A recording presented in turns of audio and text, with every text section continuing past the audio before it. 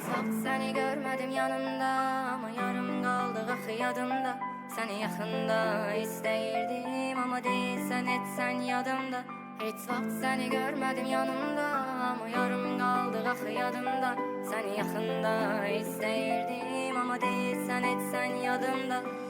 Yenə bax sərsizəm, yəni ki dostu gecələrim. Buraxmışam başını bir-bir ötüb keçənlərin. Gün üzündəykən mən fikri xəyal gecələdim. Saymıram günahın onsuz, unutdum bax neçələrin. Biraz da səndən danış, mən məndən danışmışam. Saatlarla oturub tək divarla baxışmışam. Zaman bir rəqib, mən zamanla yarışmışam. Nə sənin varlığına, nə yoxluğuna alışmışam.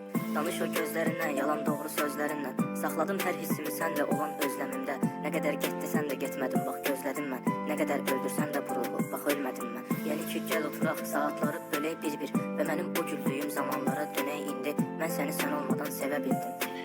Sən mənə getmə deyib, necə gedə bildin? Bu deyil şikayət anla, inan ki dərd bölürəm. Gəl indi sənə parka, onsuz mən dönürəm. Bilirəm gəlməyəcəksən, ya da mən dönməyəcəm. Qucağımda körpə var, amma mən görməyəcəm. Hiç vaxt səni görmədim yanımda, ama yarım qaldı axı yadımda. Səni yaxında istəyirdim, ama deyilsən etsən yadımda.